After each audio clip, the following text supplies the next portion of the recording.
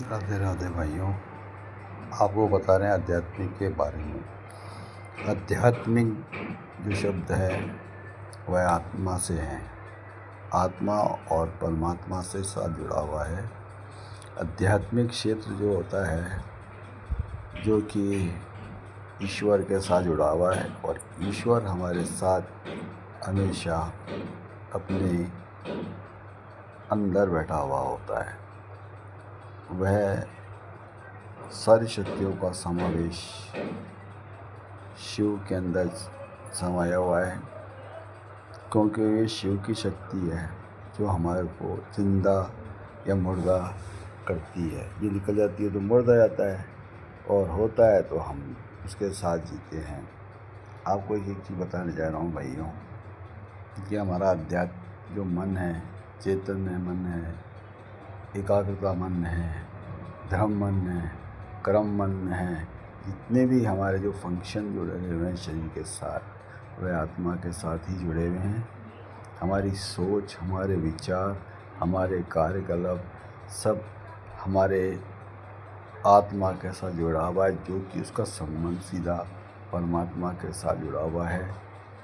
वह हमारी आत्मा कहेगी हम इसकी पूजा करें, उसकी पूजा करें, या मान लो देवता इसकी पूजा करें, मगर हमारा मन यदि एकाग्रता है तो हम अपने मन में बैठा हुआ शिव का अंश जो है उसकी और अग्रसर होते हैं, तो हमारे जीवन में हर तरह की सफलता मिलती है। दुख सुख, यश अपयश और भाग्य, यह हमारी कुछ लकीर के द्वारा भी होता है, तो कुछ हमारे कर्मों के आधार पर भी होता है। हमारे जो होते हैं कर्म, जो होते हैं वह हमारे विचारों के साथ चलते हैं। आपको एक चीज़ बता रहा हूँ भाइयों कि हम जो सोचते हैं, विचारते हैं और लंबे समय तक सोचते रहते हैं, प्रयास करते रहते हैं, तो वह हमारे कर्म हमारे को उस दिशा की ओर ले जाते हैं, और उस दिशा की ओर ले जाते हैं, हम जो कर्म करने लग जाते हैं, ये हमारा कर्म हो जाता है।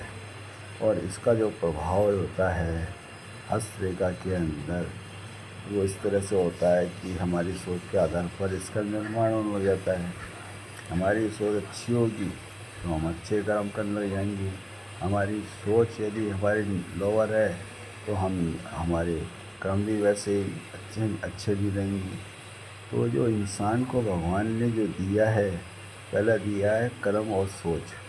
तो कर्म जो हमारे कार्य को प्रदर्शित करते हैं और हमारे को आगे संकेत देते हैं। तो कोई भी ऋषि मुनि है या संत है, सभी हमारे कर्मों के आधार पर या क्या बोलते हैं विचारों के आधार पर हमको आगे बढ़ने की प्रेरणा देते हैं। यह कोई नई बात नहीं है कि हम फलाने की पूजा करो तो ऐसा होगा, हम उसकी पूजा करेंगे तो ऐसा होगा। हमारा मन जिस कार्य के अंदर लग जाता है वह आध्यात्मिक क्षेत्र कहलाता है।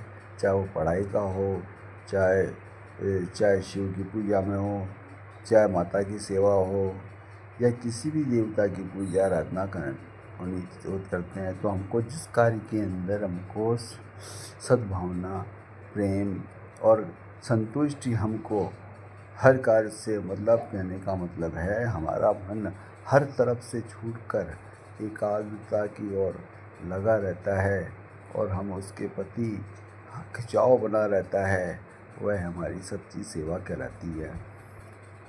यदि हम अपने मन को पर हम कमांड नहीं कर सकते तो हमारे रास्ते भी दोहराए हो जाते हैं।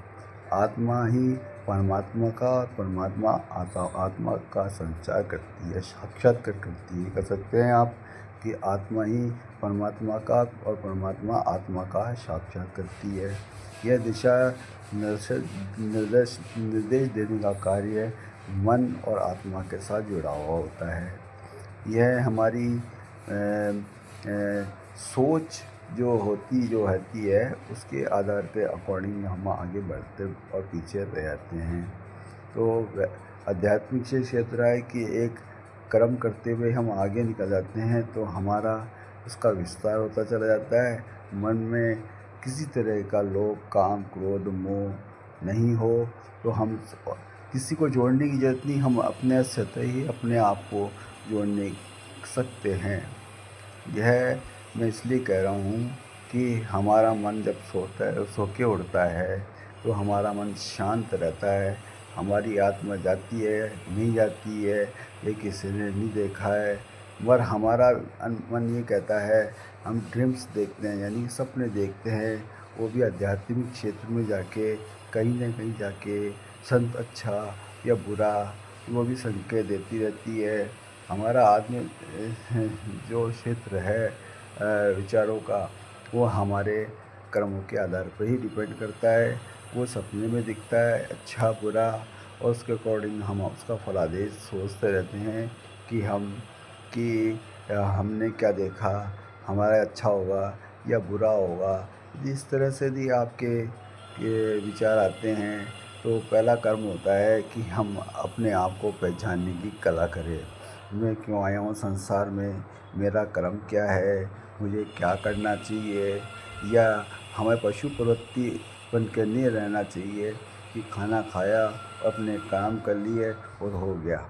इस तरह के यदि विचार रहते हैं तो वह व्यक्ति आध्यात्मिकता के साथ नहीं जुड़ सकता है।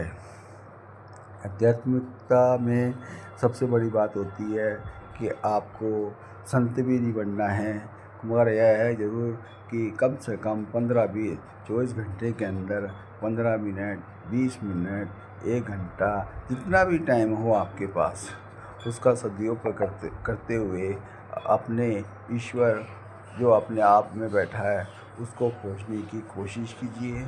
और मन के अंदर जब संतुष्टि आपको मिलती है तो इसका जवाब आप स्वतः ही निकाल सकते हैं। मैं इसलिए बता रहा हूँ कि आध्यात्मिक क्षेत्र किसी ने भी को नहीं दिया, विचारों अपने आप पैदा किया जाता है। और यह सबसे बड़ी बात होती है कि हमारी लगन, हमारी एकाग्रता और हमारे कार्य सोच विचार के आधार पर ही हम ईश्वर के साथ साक्षात्कार कर सकते हैं।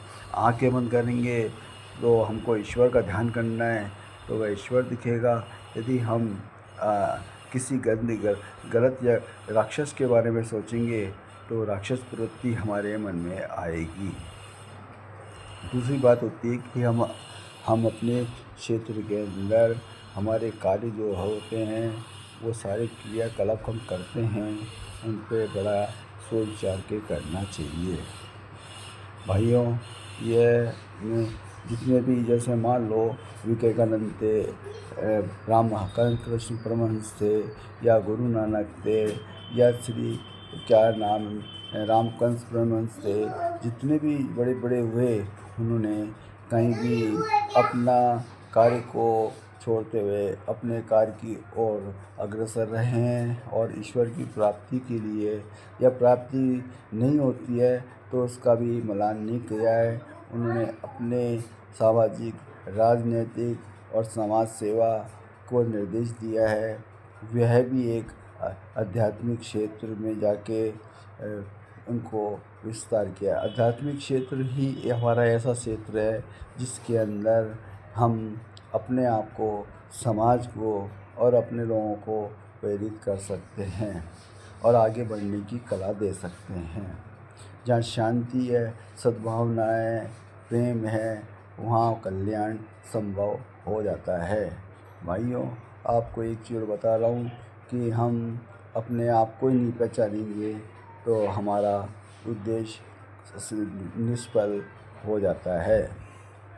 मैं ये बात इसलिए कहता हूँ क्योंकि आदमी को अपने आप में शांत स्वभाव से अपने आप में